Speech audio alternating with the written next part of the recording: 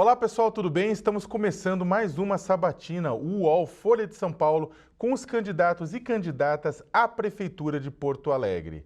Dessa vez, eu, Leonardo Sakamoto, colunista do portal, e Paula Sperbi, repórter da Folha de São Paulo, recebemos Manuela Dávila, candidata pelo PCdoB à Prefeitura de Porto Alegre. Nascida na própria capital gaúcha e formada em jornalismo, Manuela foi vereadora, deputada estadual e deputada federal pelo PCdoB. Em 2018, concorreu à vice-presidência da República na chapa, na coligação entre o PT e o PCdoB. Para quem está acompanhando a gente pela primeira vez, as regras da sabatina são muito simples. A candidata terá 45 minutos para responder às nossas perguntas, a nossa conversa. O último minuto será dedicado a considerações finais delas para os eleitores e eleitoras. E depois desse período a gente corta o tempo, a gente pede até desculpa, pode parecer um pouco mal educada, mas dessa forma a gente garante isonomia para todo mundo que participou da sabatina. Manuela, antes de mais nada, muito obrigado por ter aceitado o nosso convite. A gente já vai engatar uma pergunta que tem sido a primeira pergunta para todos os candidatos e candidatas. Porto Alegre passou, como todo o mundo, pela pandemia de coronavírus ao longo de 2020, né? O que você teria feito diferente caso fosse prefeita da cidade neste momento? Então, eu quero cumprimentar a ti, Sakamoto, a Paula, é uma alegria conversar com vocês, com todo mundo que está nos assistindo nas redes nesse momento. Bom, em primeiríssimo lugar, lá quando a pandemia começou, né, no meio do mês de março, eu escrevi ao prefeito Marquesan e ao governador do estado. Vejam bem, eu não tenho mandato, né? Eu sou uma cidadã, eu coordenava, me licenciei agora, o trabalho de uma organização não governamental, de um instituto. Nós estávamos fazendo a nossa parte, aquilo que julgávamos que era possível. Nós transformamos o dinheiro da venda dos meus livros na compra de cestas básicas para doarmos para entidades que têm como expertise assistência social, mas eu escrevi a eles dizendo que nós devíamos fazer, ou que sugeria que nós fizéssemos, duas coisas. A primeira delas era um comitê de crise. Por quê? Justamente porque eu entendo que a tomada de decisões numa pandemia que afeta, que impacta a vida de toda a sociedade de maneira tão dramática, teriam que ser pactuadas. E eu imaginei, né, talvez ingenuamente, talvez abstraindo algumas características do prefeito, que seria bastante positivo para ele contar com aquela que virtualmente seria sua principal adversária, né? Porque é um símbolo, né, de uma unidade em defesa de uma pauta.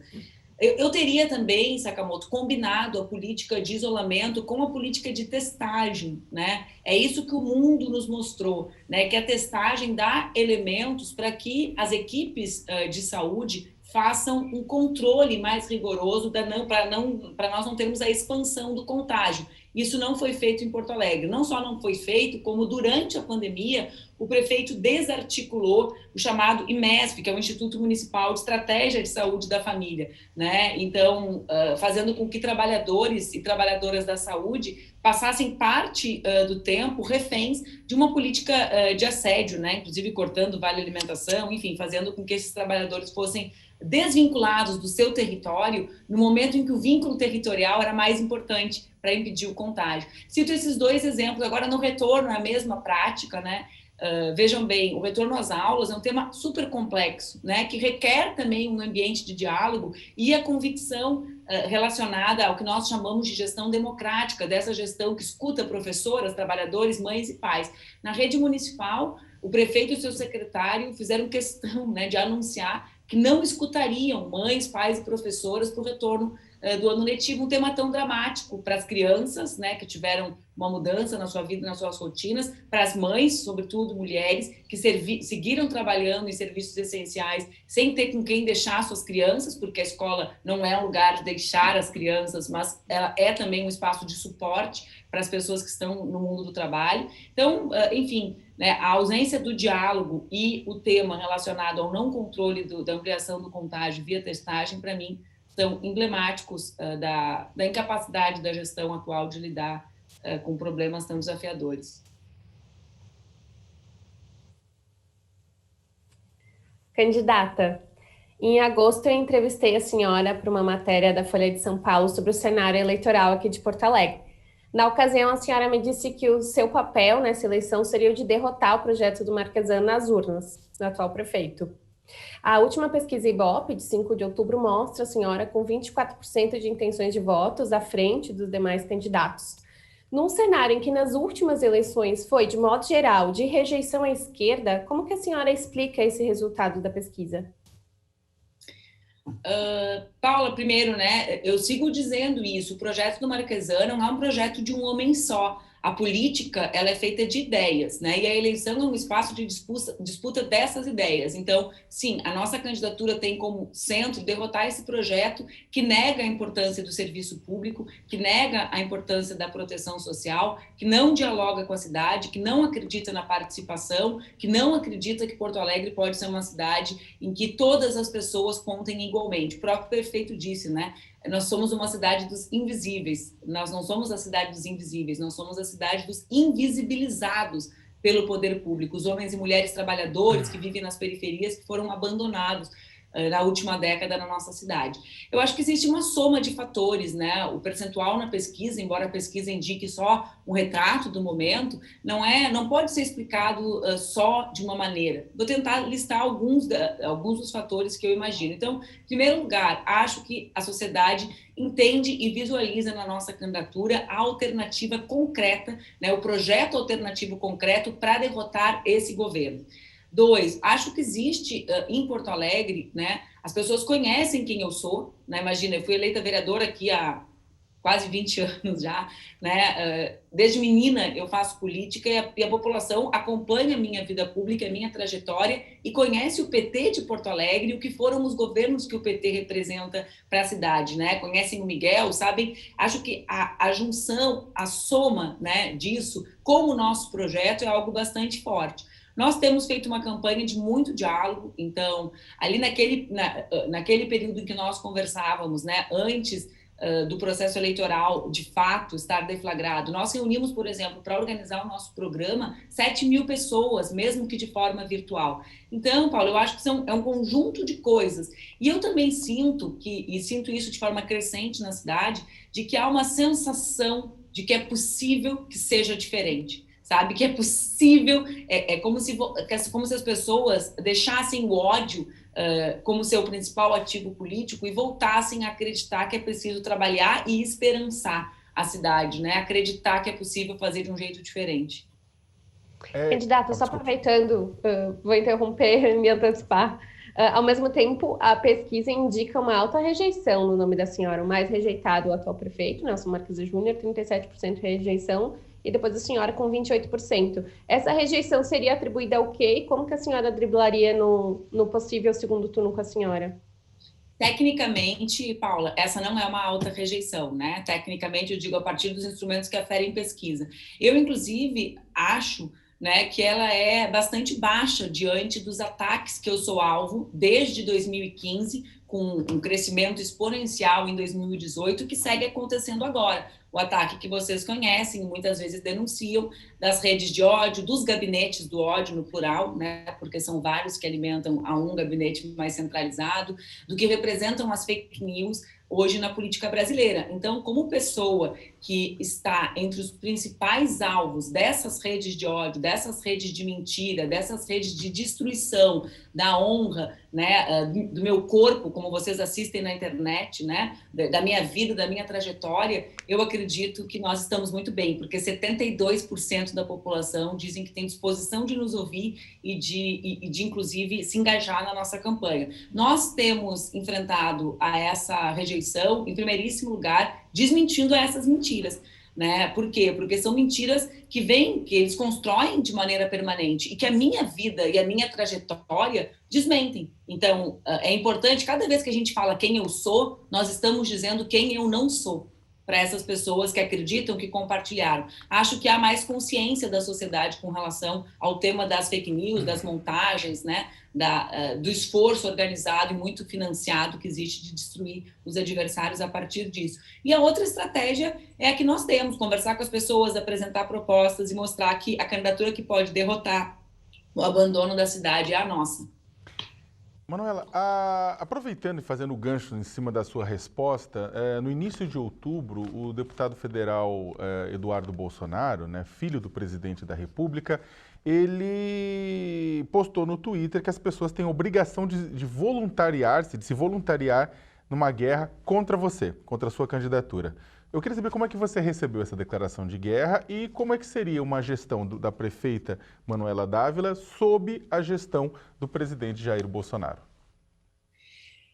Eu vivo a guerra que o clã Bolsonaro organiza contra mim há muitos anos, Sakamoto, né? É uma guerra que impôs violência física, inclusive, a mim, a minha filha, quando era ainda menor do que aos meus familiares. Então, a minha vida nos últimos anos é uma vida atravessada pela violência e pela mentira, promovida, financiada, distribuída e organizada pelo gabinete do ódio, liderado pelos filhos do presidente da República. E eu respondo a essa guerra que ele conclama da maneira que sempre respondi, trabalhando, mantendo a minha cabeça erguida e lutando para que o Brasil vença a violência política e volte a fazer política a partir das saudáveis diferenças de ideias que podemos nutrir entre nós. Eu serei uma prefeita que vai se relacionar com o presidente da maneira que acho que todos os prefeitos e prefeitas devem se relacionar, né? Disputando investimentos para o povo da minha cidade. Eu jamais fui alguém que caiu em provocações fáceis, aliás, acho que a guerra de Eduardo Bolsonaro é uma prova disso, né? E pretendo manter essa postura, que é uma postura ativa. Eu vejo, às vezes, né, uma visão por parte de setores da imprensa ou de pessoas, às vezes até no senso comum, de que o alinhamento entre o prefeito, o governador e o presidente necessariamente é algo positivo, pois eu tenho visto, né, uma postura muito pacata diante dos interesses da nossa população. Então, vejam bem, ontem o presidente da República tomou essa decisão absolutamente ideológica, irresponsável, né, com relação ao tema da vacina do Butantan, da vacina chinesa produzida no laboratório no estado de São Paulo, levando em conta os seus interesses eleitorais, a sua disputa virtual com São Paulo, a sua disputa com o maior parceiro comercial do Brasil, que é a China, né? Ou seja, uma posição de joelhos para interesses que não são os nacionais, que não são dos nossos empresários, que não são o do nosso povo. Como nós reagimos? Nós reagimos lutando pelo direito do nosso povo ser vacinado. Então, o meu partido judicializa, os governadores que querem que o povo seja vacinado, judicializa. O que nós vimos em Porto Alegre? Uma postura pacata, né? Então, a postura de dizer, então tá, talvez a gente tenha que fazer a vacinação própria. Então, a relação entre presidente, governador e prefeito tem que ser uma relação de respeito, mas eu sei que eu terei que ser a principal voz na defesa dos interesses das mulheres e dos homens que vivem na minha cidade. E isso significa que, sim, eu serei respeitosa, terei relações adequadas, mas disputarei para que os homens e mulheres que vivem em Porto Alegre sejam tratados da maneira adequada por todos aqueles que nos governam. Candidata, é inédito aqui em Porto Alegre que o PT não seja a cabeça de chapa numa eleição. E agora, um PT com a figura do Miguel Rosseto, ex-ministro nos governos petistas, é o seu vice na sua chapa, né? Como que a senhora avalia isso, diante de críticas de outros setores da esquerda que colocam o PT como um impeditivo de formar uma frente ampla? E por que essa frente ampla não foi formada no campo?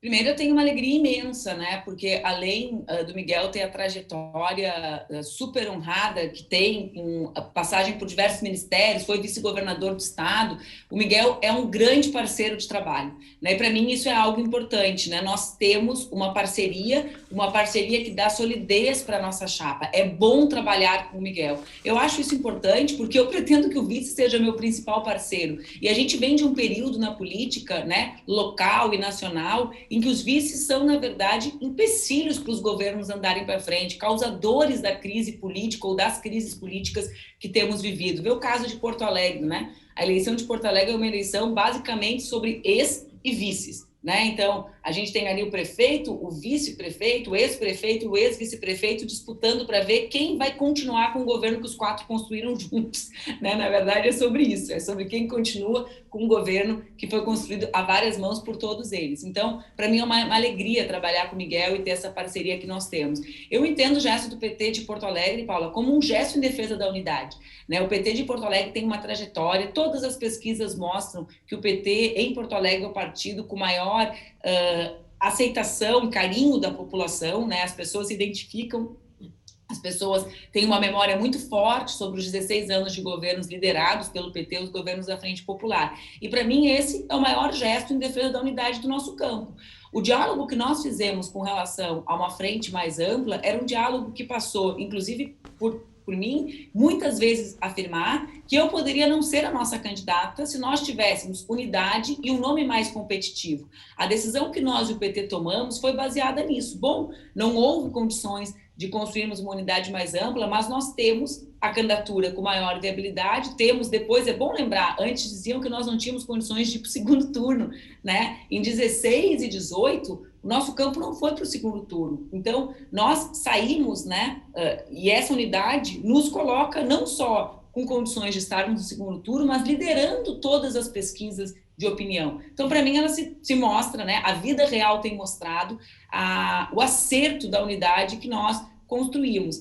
Também é verdade, Paulo, que o lado de lá está muito mais fracionado que o nosso, né? Nós, as 3 candidatas mulheres que tentamos estar juntas, talvez estejamos dando a maior contribuição para o debate eleitoral ter nível e debater alternativas para a cidade. Porque hoje a gente assiste os debates, assiste os encontros dos candidatos, é uma guerra fratricida entre eles, né, sobre o passado recente da cidade, quem teve mais corrupção nos seus governos, quem abandonou mais obra, quem foi menos eficiente gerindo a máquina pública, e acho que nós 3, as 3 candidatas mulheres do campo democrático, progressista, temos dado a contribuição para que a cidade debata os seus problemas, e eu tenho certeza, né? Temos mantido esse nível de debate também porque temos compromisso em estarmos juntas no segundo turno, seja qual de nós estiver lá, né? Porque representamos um projeto mais aproximado, digamos assim, né, para a cidade. Aproveitando e pegando carona na pergunta da Paula, Eu fico atrás desse cronômetro aqui, sabe, Sakamoto? Porque quando eu estou falando, o cronômetro desaparece. Aí só quando vocês falam, eu sei o tempo que eu tenho. Mas a gente está controlando, na verdade. Agora, pegando carona na pergunta da Paula, com relação à questão da unidade da esquerda, você tem conversado, porque o que acontece em Porto Alegre também existe uma discussão sobre questão de unidade da esquerda, também em São Paulo, né, no momento que Guilherme Boulos está à frente da candidatura eleitoral, e, por exemplo, em Recife, com a Marília Reis. Aí, no caso, tem 3, PT, PSOL e PCdoB.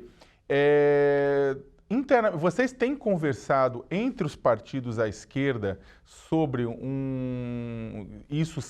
esse processo ser uma espécie de ensaio para 2022 já? Não. Vocês têm conversado inclusive com esses nomes com que eu falei? Olha, Sakamoto, eu só tenho conversado com as moradoras do Sarandi, da Loma do Pinheiro, do centro da cidade. Eu realmente estou absolutamente jogada nas eleições municipais e isso faz com que eu tenha um papel menor do que tinha até poucos meses atrás no diálogo nacional entre os partidos. O que eu vejo e o que eu sei, né? A nossa unidade dentro do Congresso, ela já traz conquistas muito emblemáticas para o povo.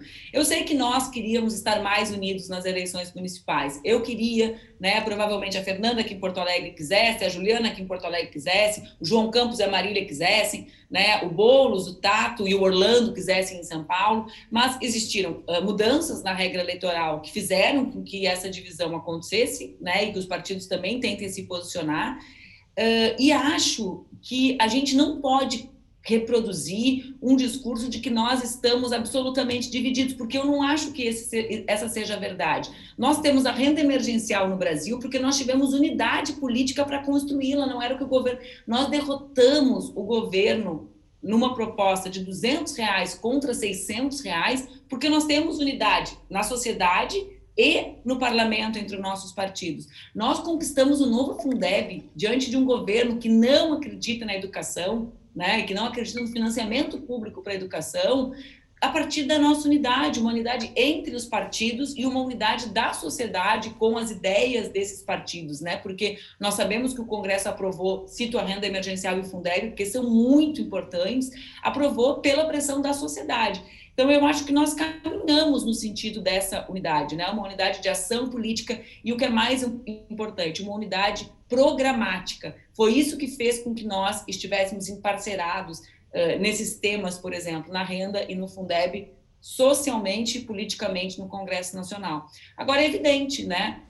Todos queríamos, acredito eu, que tivéssemos logrado uma maior unidade já nas disputas. Eu torço para que nós tenhamos candidaturas nossas no segundo turno, né? Para que possamos, então, aí sim, ensaiar essa unidade mais ampla.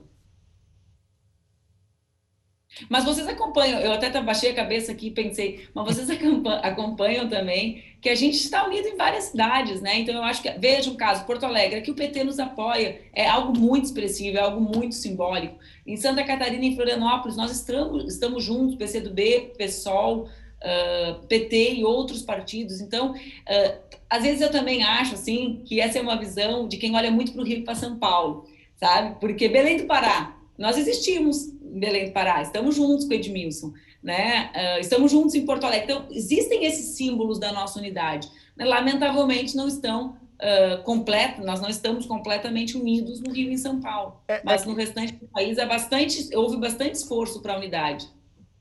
Porque quando fala-se de unidade da esquerda, né, exatamente são esses exemplos que acabam sendo citados. Florianópolis, Belém do Pará, Porto Alegre, né?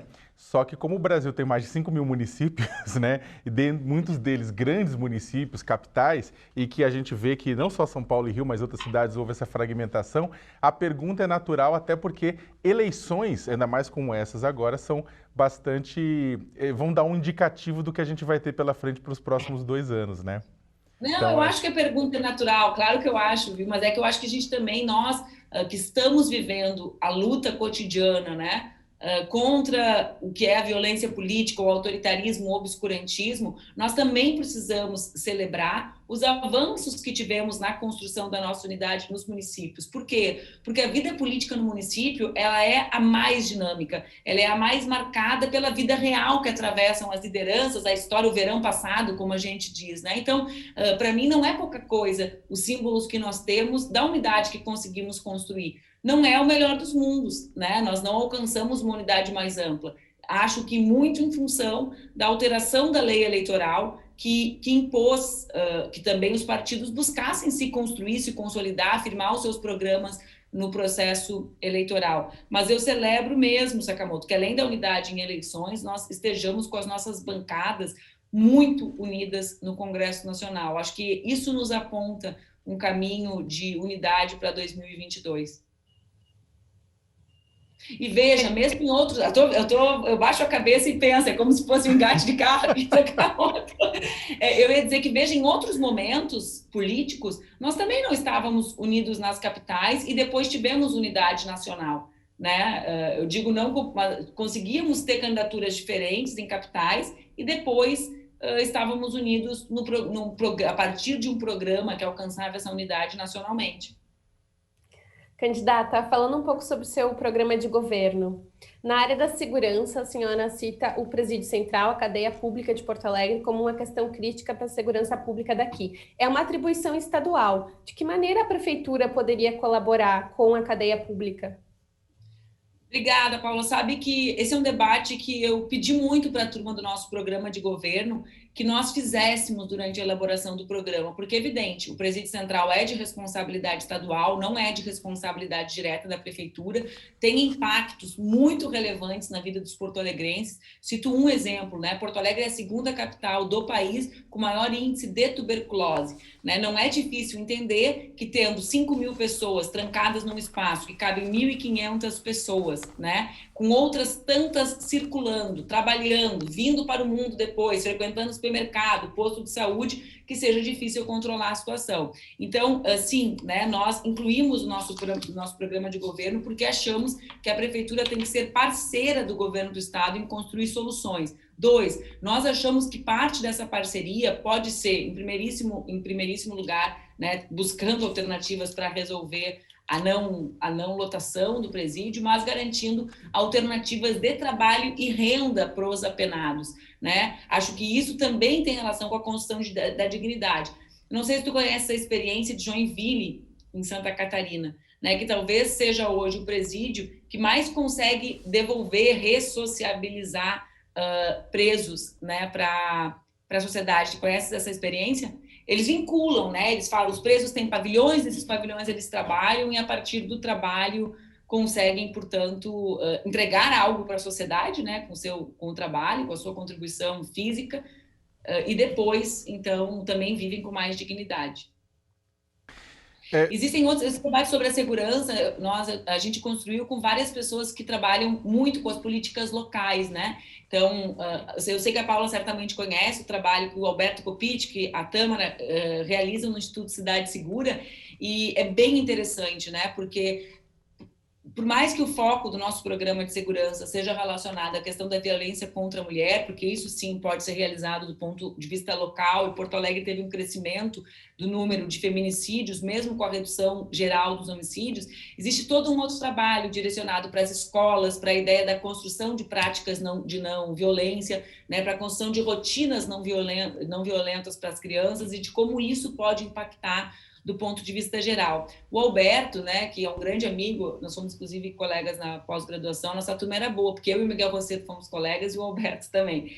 No mestrado de Políticas Públicas, o Alberto terminando seu doutorado. Ele me falou algo uma vez, Sakamoto, que me marcou muito sobre esse tema das políticas de segurança e de violência urbana, né? Ele disse, olha, nós da esquerda fomos habituados a pensar que a violência era fruto da desigualdade, como uma mera consequência dela. E, na realidade, no Brasil de hoje, ela estrutura a desigualdade, ou seja, uma criança que tem um pai apenado é uma criança que será criada de uma forma diferente, né? Um homem que passa por uma instituição prisional é alguém que não conseguirá a realocação no mercado de trabalho com facilidade. Então, é um dos elementos que constroem a desigualdade. E a nossa candidatura tem como foco o combate à desigualdade social. Portanto, pensar em alternativas de construção de uma sociedade não violenta e de inclusão no mundo do trabalho dos detentos do Presídio Central fazem parte desse projeto. Candidata, tem uma pergunta aqui, continuando a falar do programa de governo na área de transportes agora, tem uma pergunta da agência Lupa, que é parceira do UOL e da Folha nas sabatinas. O transporte público de Porto Alegre tem a tarifa mais cara entre as capitais do país e vem perdendo usuários. Uma de suas propostas é a criação de um aplicativo de transporte individual. Um projeto como esse não poderia reduzir ainda mais o número de passageiros nos ônibus, atualmente o meio de transporte mais barato para trabalhadores, e inviabilizar o transporte público em Porto Alegre?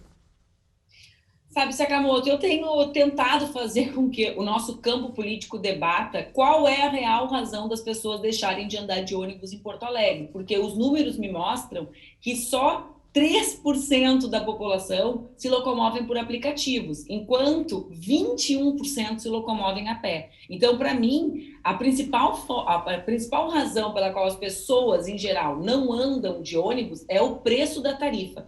Eu entendo que nós perdemos passageiros de classe média, eu uso o meu próprio exemplo, eu levo e busco a minha filha quando ela não está a fim de caminhar, né, de Uber na escola, de aplicativo, porque é mais barato do que ir e voltar de ônibus, certo? Então, nós perdemos passageiros de classe média, mas nós perdemos trabalhadores e trabalhadoras no momento em que o trabalho é precário e, portanto, eles não recebem mais o vale transporte como recebiam, a precarização do trabalho faz isso, e essas pessoas, esses homens e mulheres passam a andar a pé. Por que eu falo isso? Porque eu acho que nós temos que atingir o principal problema. O principal problema é enfrentar a tarifa. Como nós faremos isso? Né? E isso tem relação com o aplicativo, por isso que eu estou começando pelo que eu considero o começo, né, dessa discussão. Em primeiríssimo lugar, é retomar a gestão pública da Câmara de Compensação Tarifária. porque hoje em Porto Alegre isso foi entregue para os empresários e, portanto, não há um controle público sobre a tarifa, né? Esse é um tema. 2, nós precisamos fazer o debate no Brasil inteiro, e faremos em Porto Alegre, sobre subsídio para o transporte público. O pessoal quer se inspirar em modelo europeu para pedagiar, né, os liberais aqui de Porto Alegre, e não querem se inspirar em modelo europeu de transporte coletivo quando eles aplicam subsídio. Então, a prefeitura tem esse como um dos seus principais problemas e não é o principal espaço que conseguiria subsidiar, né? Não conseguirá resolver isso sozinha. Nós temos uma alternativa para fazermos a nossa parte nisso. Qual é essa alternativa? A criação de um fundo de mobilidade. Como seria esse fundo de mobilidade? Parte dos recursos do IPVA transferido para a cidade, ou seja, tem relação com o uso de veículos individuais, parte os recursos das multas e dos estacionamentos da prefeitura, né? A prefeitura tem um conjunto de estacionamentos seus que podem ir para esse fundo. E 3, parte dos recursos desse aplicativo próprio. Por que eu não acho que isso vá alterar? Porque eu repito, Sakamoto, o aplicativo ele é usado para quem vive na região central, certo? E essas pessoas deixaram de usar ônibus não só por causa de preço, por causa de qualidade. Nós, quando tínhamos a Carris, a nossa empresa pública, e queremos voltar a ter como a melhor empresa de transporte coletivo do país, as pessoas utilizavam. Por quê? Porque o ônibus tinha suspensão a ar, porque o ônibus tinha ar-condicionado, né? Então, a Carris, como balizadora da qualidade do transporte coletivo, também era um elemento de disputa de passageiros. Então, sim, nós temos que disputar a classe média e colocá-la de volta dentro dos ônibus, mas nós precisamos chegar a uma tarifa mais baixa. E nós achamos que parte disso pode acontecer com a taxação, né, oriunda desse aplicativo. Então, ao invés de nós aumentarmos a taxa, né, taxarmos o aplicativo, taxando mais os motoristas, nós queremos remunerá-los dessa maneira e o restante do recurso, sim, ir para a prefeitura. Sabe, Sakamoto, eu sempre tive uma posição muito crítica com relação às empresas de aplicativo e essa forma que a economia passa a se organizar com empresas que não existem, né? Empresas são transnacionais, que estão em qualquer lugar, então é como se elas estivessem no ar, né? E que não tributam, enfim, que são diferentes das demais empresas. Mas, objetivamente, eu vou ser prefeita de uma cidade que terá, em 1º de janeiro de 2021, 224 mil pessoas que, se o governo federal não mudar de decisão, deixarão de receber renda emergencial. Essa é a realidade. Nós temos 25 mil trabalhadores e trabalhadoras de aplicativo, né? É um mundo ideal? Não, é um mundo que eu luto contra, né? Eu quero que as pessoas tenham um trabalho digno, que as pessoas tenham jornada de trabalho, que elas tenham seus direitos, mas essa é a realidade real, né? Não é uma realidade projetada, é a realidade real. E nós precisaremos enfrentar isso. Então, a criação do aplicativo, que eu imagino que a gente possa fazer a gestão com uma cooperativa de motoristas, é uma forma de minimizar a exploração desses trabalhadores e garantir que nós tenhamos recursos para retomar a frequência, né, a circulação de passageiros no transporte coletivo com uma tarifa mais baixa. Candidata, a pandemia do novo coronavírus escancarou as diferenças entre a rede privada e pública de ensino. No seu programa de governo, a senhora fala em um tablet por aluno e internet gratuita para todos. Como que isso seria feito e se cabe no orçamento municipal uma ação dessa grandeza? Sabe, Paulo, eu lembro em 2008, quando eu concorri a prefeita a primeira vez, talvez pela minha idade, por eu ser de uma geração, né, agora já comum na política, mas à época absolutamente incomum, nós propusemos a política de um tablet por estudante e fomos ridicularizados, né? Ai, que absurdo, que bobagem, que futilidade ter um tablet, né? 12 anos depois, os filhos dos que me ridicularizaram têm aulas pelos seus tablets, se divertem pelos seus tablets, né? Então, nós temos hoje na rede municipal 88% de crianças que não têm acesso à internet. Isso é criminoso. Não é criminoso só relacionado à recuperação do ano letivo de 2020. O ano letivo de 2020, para uma criança, é mais simplesmente recuperável do que o fato de uma criança em 2020 ser alijada da tecnologia. Então, sim, a internet, os 1.000 pontos de Wi-Fi gratuitos cabem no orçamento da Prefeitura de Porto Alegre. Por quê? Porque nós temos uma empresa de porte médio de processamento de dados que cabeou essa cidade. Porto Alegre tem mais de 1.000 quilômetros de cabos de fibra ótica. E essas escolas e postos de saúde, que nós queremos que sejam os primeiros espaços de transmissão aberta de internet, por isso os 1.000 pontos, já tem internet fechada a partir do cabeamento da Prosempa. Então, o que nós queremos fazer? Abrir a internet com antenas de rádio. O orçamento disso é 18 milhões de reais, para que nós tenhamos uma cidade com internet livre. Então, é evidente que cabe no orçamento da prefeitura, um orçamento de 7 bi, né? 2, o processo dos tablets, para nós, é um processo que vai ser construído a partir da relação com o que nós chamamos, e tu conhece bem, de Pacto Alegre. Porto Alegre tem 3 entre as principais universidades do país, né? Tem um polo tecnológico, tem o CEITEC, eu apontei fisicamente aqui, a pessoa que gesticula, né? Eu apontei fisicamente para a direção do CEITEC da janela da minha casa, que é uma fábrica de semicondutores. Nós temos empresas incubadoras, temos a própria Prosempa, e nós queremos buscar desenvolver localmente, a partir desse conjunto de empresas, do Fundo de Inovação e Tecnologia do município, condições para que produzamos, né, os nossos tablets e as nossas crianças tenham acesso, como uma política de combate à desigualdade, mas também de retomada, né, de uma posição de Porto Alegre nessa disputa, que é a disputa pela inovação e pela tecnologia. Existem outros programas muito interessantes, recuperação de computadores, a URGS coordena um deles,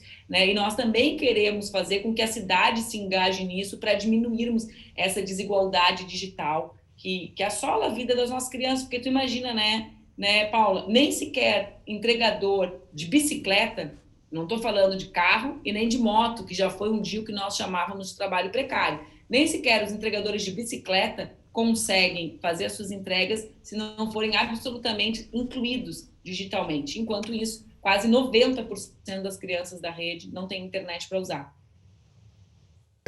Manuela, no seu programa de governo, falando sobre habitação, né? No seu programa de governo você fala da possível destinação de prédios públicos municipais para habitação de uso social.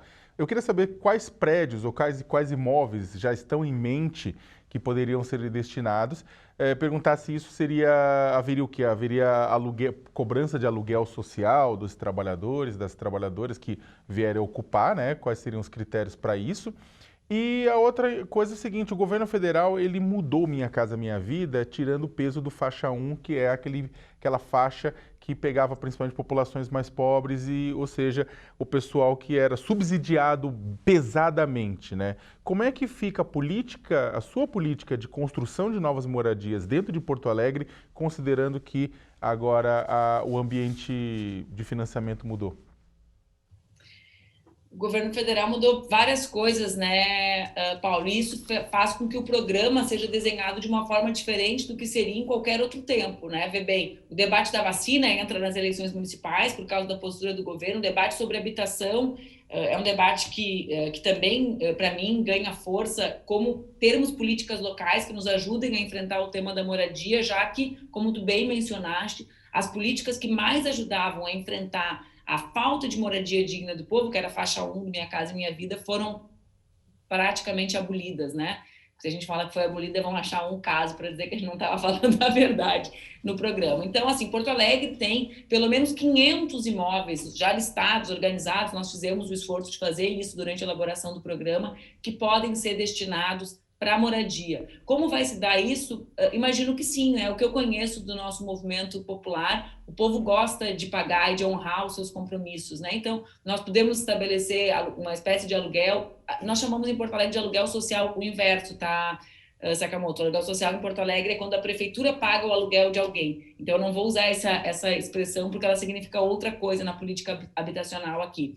Além disso, Sakamoto, faz parte, assim, é uma parte que estrutura o nosso programa de governo, uma ideia que surgiu no debate do programa com a turma do CAU, que é o Conselho de Arquitetura e Urbanismo, dos escritórios locais de regularização fundiária.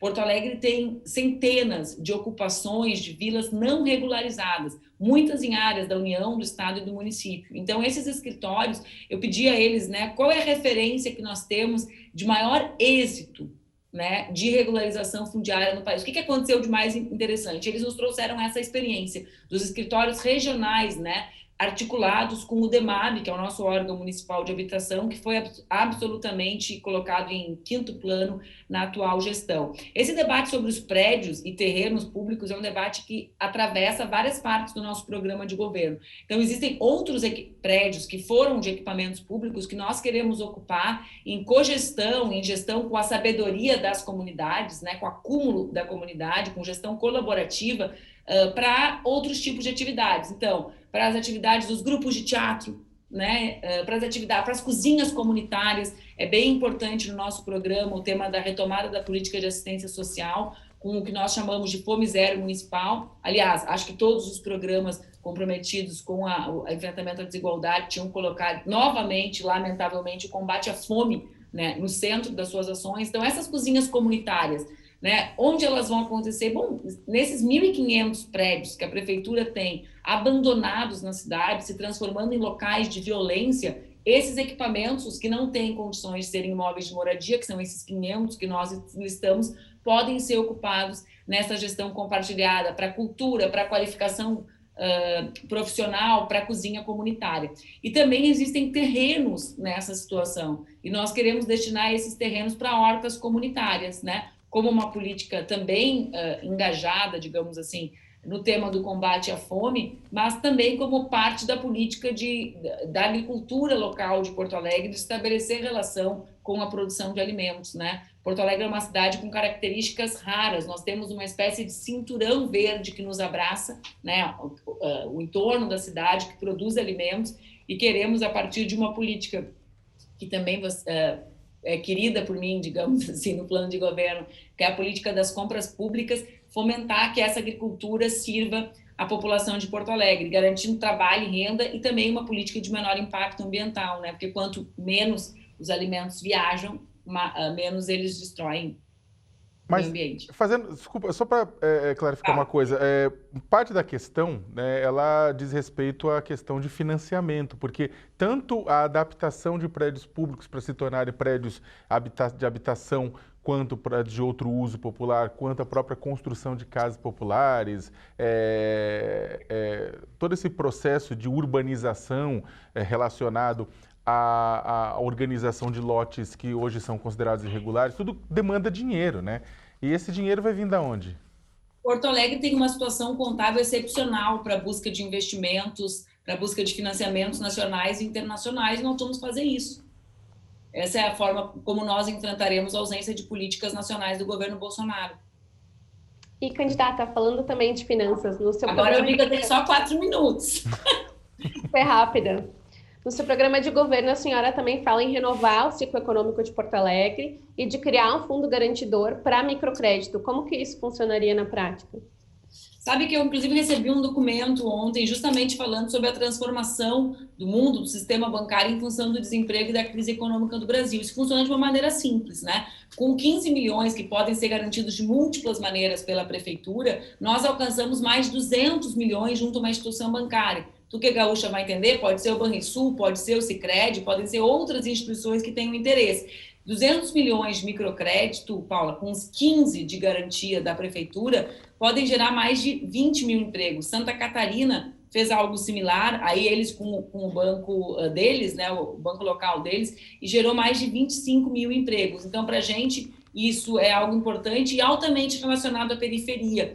Eu já notei que quando a gente fala em microcrédito, há uma ideia que os empreendedores são empreendedores de regiões centrais da cidade, o que denota uma incompreensão ainda de setores sobre quem empreende hoje, né? A gente chega nas nossas periferias, nós temos mulheres negras, eu não falo de uma visão idealista de empreendedorismo, acho que a vida real impõe que essas mulheres, que esses homens, que esses jovens busquem alternativas para viver, seja pelo desemprego ou seja pelo trabalho precário. Então, para nós, essa política é uma política que, junto com a que eu já mencionei, né, de utilizar pelo menos 20% daquilo que a prefeitura compra, demandando de micro e pequenas empresas, sobretudo locais, são políticas para a gente que podem garantir um respiro para a economia da cidade. Claro que associadas com outras, né, Paula? Tu conhece bem Porto Alegre é uma cidade de serviços, né? Os principais entregadores da cidade são vinculados à área da saúde, né? Nós perdemos posição nessa disputa de inovação e tecnologia,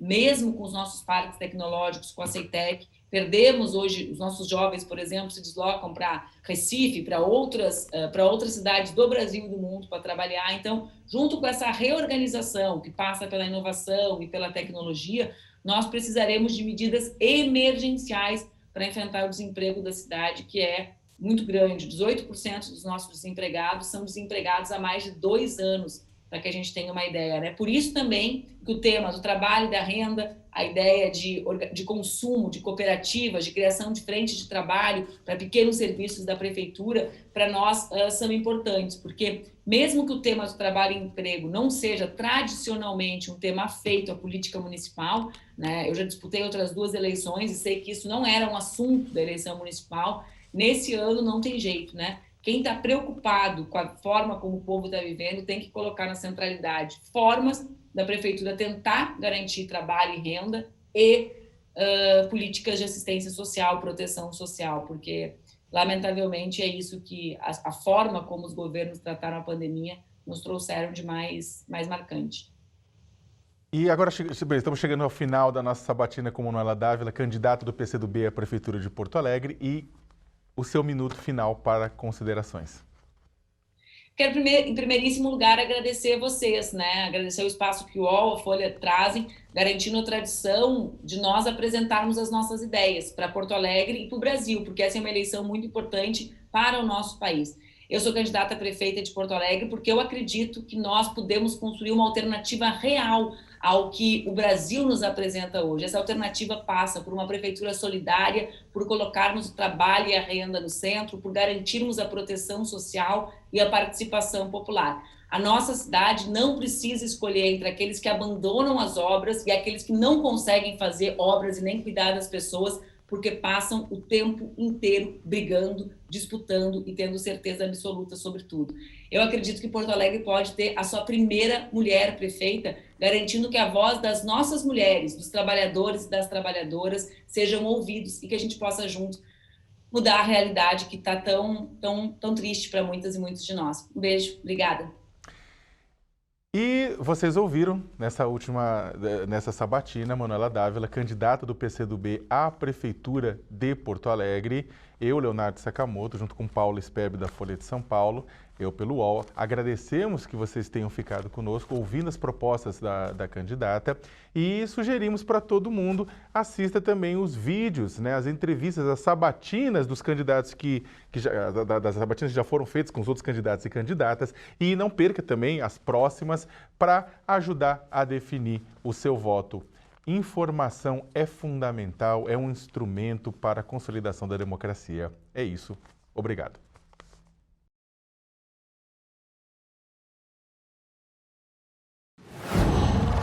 UOL.